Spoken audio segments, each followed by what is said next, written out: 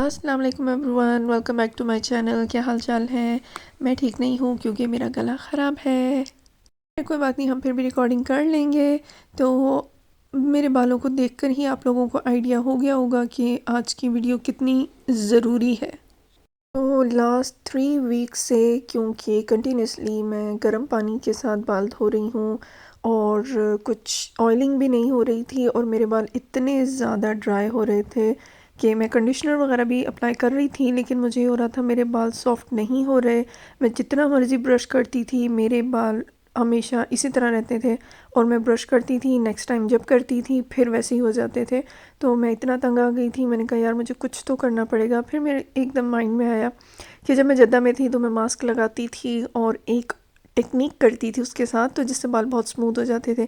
तो मैंने कहा चलो वही करते हैं आज।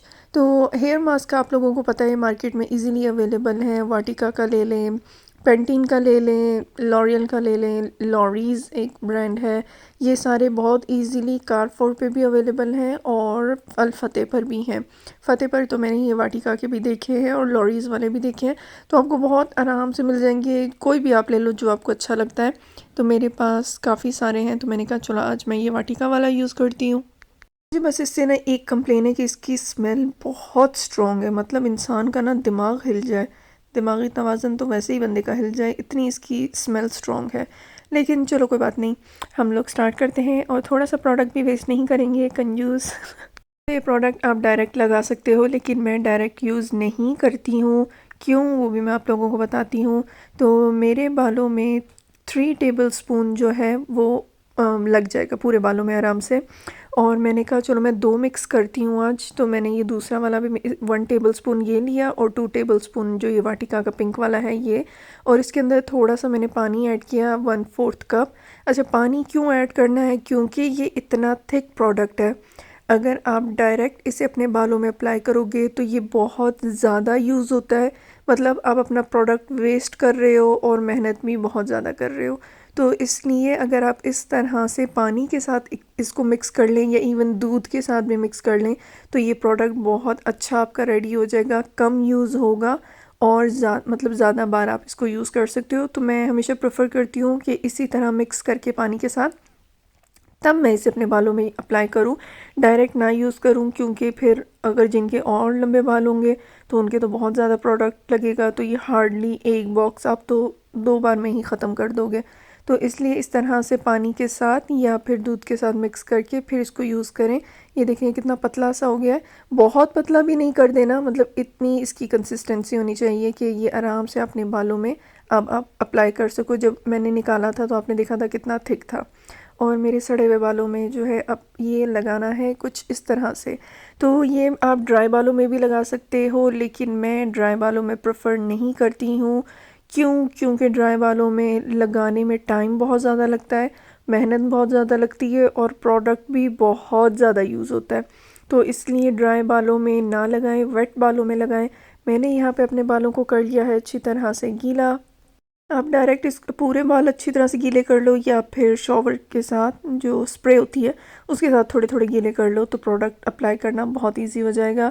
अब मैं ले रही हूँ इस तरह से थोड़ा थोड़ा प्रोडक्ट। आपने रूट से स्टार्ट करना है, क्योंकि मैंने देखा है कि ये जो मास्क है, हेयर मास्क, ये हेयर फॉल के लिए भी बहुत अच्छे हैं। इनसे हेयर फॉल भी काफ़ी हद तक कंट्रोल होता है।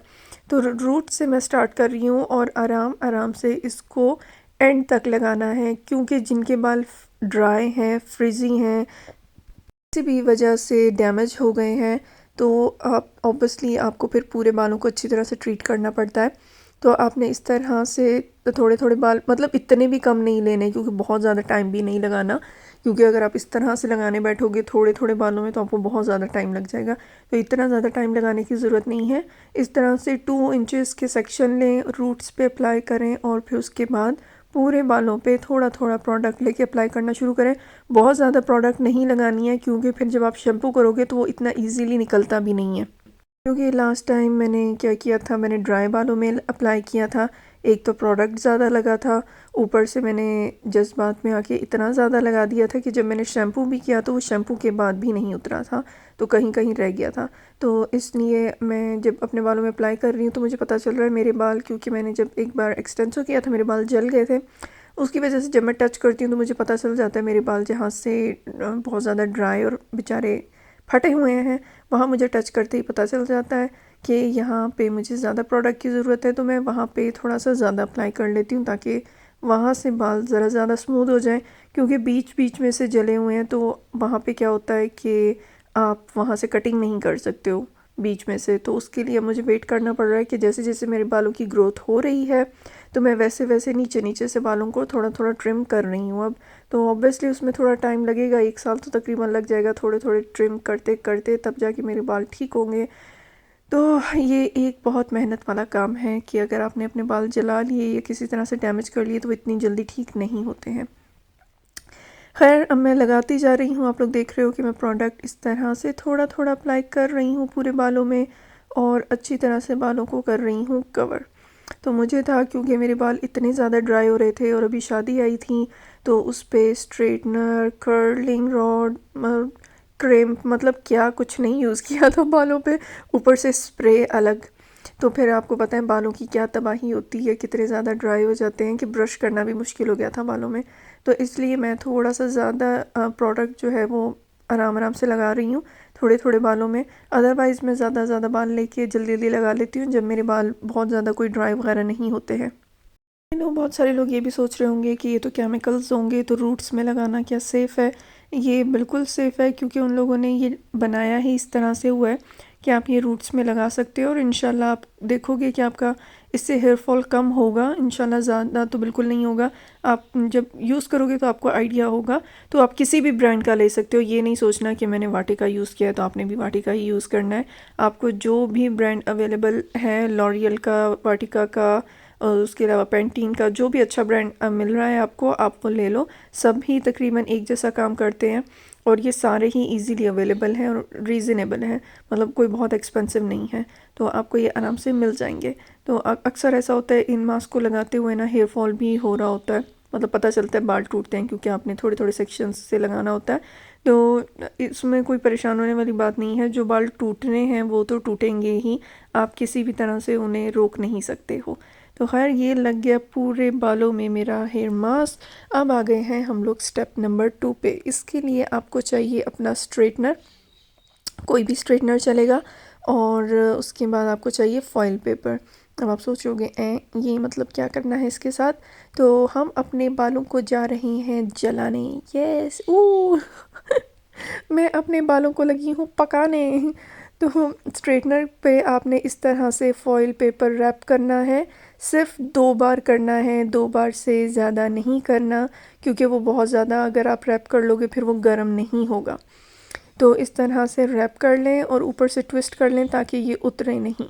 तो ये मैंने दोनों पे इस तरह से रैप किया। अब आप सोचोगे कि हम डायरेक्ट स्ट्रेटनर क्यों नहीं यूज़ कर रहे, क्योंकि डायरेक्ट स्ट्रेटनर बहुत ज़्यादा गर्म होता है और हमने अपने बालों में क्रीम लगाई हुई है।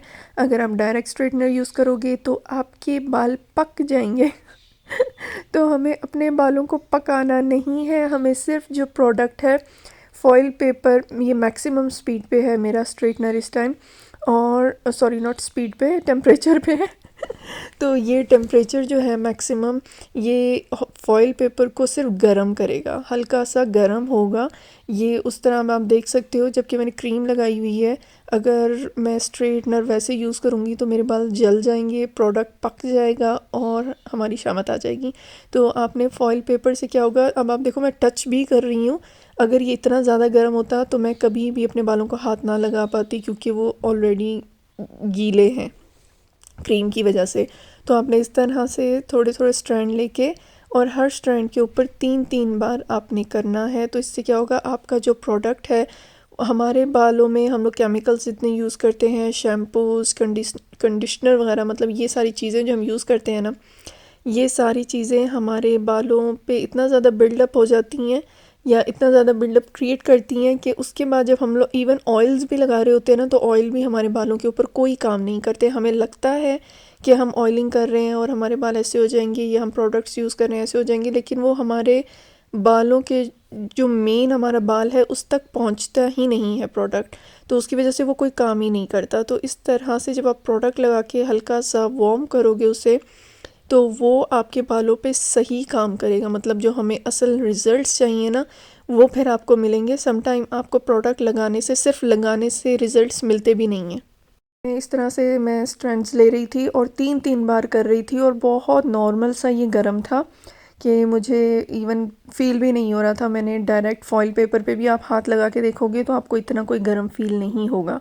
तो इसलिए आपने इस तरह से फॉइल पेपर लगा के, और ये आपके बालों को बिल्कुल भी ड्राई या डैमेज नहीं करेगा। आप करके देखना, इंशाल्लाह आपको इतने अच्छे रिज़ल्ट्स मिलेंगे, आप कहोगे वाकई में यार ये टेक्निक बहुत ज़बरदस्त है। तो इस तरह से मैंने पूरे बालों में, आप चाहो तो पूरे रूट से एंड तक कर सकते हो, लेकिन मैंने कहा नहीं बस जल्दी जल्दी करो, तो मैंने 10 मिनट के अंदर ये काम ख़त्म किया और ये हो गया था हमारा डन।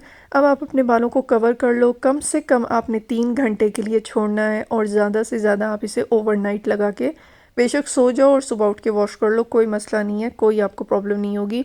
तो मैं एक्चुअली सो गई थी क्योंकि मैंने लेट नाइट लगाया था और मैं सो गई थी और फिर मैंने उठ के वॉश किया था। लेकिन आपको सोने की ज़रूरत नहीं है, आप कम से कम 3 घंटे इसको ज़रूर लगाओ, इंशाल्लाह आपको 3 घंटे में ही बहुत अच्छा रिज़ल्ट वैसे मिल जाएगा। तो ये मैंने सुबह उठ के किए थे वॉश, और आप देखो माशाल्लाह अभी तक मैंने शैम्पू किया था, उसके बाद मैंने थोड़ा सा कंडीशनर लगाया था नीचे नीचे एंड पे, क्योंकि मुझे हो रहा था कि नहीं मैं कंडीशनर यूज़ करूं। मैंने अभी तक बालों को ब्रश नहीं किया हुआ, ये मैं नेचुरली मैंने अपने बालों को भी ड्राई होने दिया। और यहाँ पे देखो माशाल्लाह ब्रश मेरे बालों में से ऐसे मक्खन और मलाई की तरह जा रहा था। इतने स्मूथ बाल थे कि ना कहीं एक जगह भी मेरा जो ब्रश है वो स्टक हुआ ना रुका। बालों में शाइन चेक करें, इतने ग्लॉसी और इतने स्मूथ। इवन 2 दिन तक मेरे बाल ऐसे ही रहे, नेक्स्ट डे भी मेरे बाल ऐसे ही थे। तो इतने माशाल्लाह अच्छे लग रहे थे, मैंने स्नैपचैट पे दिखाए भी थे। तो ये इस तरह से आपके बाल बिल्कुल स्मूथ हो जाएंगे। और मैं इतना खुश थी अपने रिज़ल्ट्स के साथ कि मैं बता नहीं सकती कि 2-3 हफ़्ते के बाद अब जाके मुझे अपने बाल इस तरह के देखना नसीब हुए थे, वरना 2-3 हफ़्ते से जितने गंदे मेरे बाल चल रहे थे ना, मैं आप लोगों को बता नहीं सकती। तो ये था मेरा आज का तरीका मास्क लगाने का। इंशाल्लाह भी मैं नेक्स्ट आपको एक और तरीका बताऊंगी, और उसके लिए आपको मेरी नेक्स्ट वीडियो का वेट करना पड़ेगा। तो अब हम लोग मिलेंगे नेक्स्ट वीडियो में। आप लोग भी ज़रूर ट्राई करना और मुझे ज़रूर बताना आप लोग कि आप लोगों को इससे कैसे रिज़ल्ट्स मिले हैं। मैं आप लोगों के फ़ीडबैक का वेट करूँगी। अगर कोई कॉमेंट है तो आप नीचे पूछ सकते हो। आई होप कि आप लोगों को भी इतने ही अच्छे रिज़ल्ट्स मिले जितने मुझे मिले हैं। अब इंशाल्लाह हम लोग मिलेंगे नेक्स्ट वीडियो में एक नई टेक्निक के साथ। तब तक के लिए टेक केयर, अल्लाह हाफिज़, बाय बाय।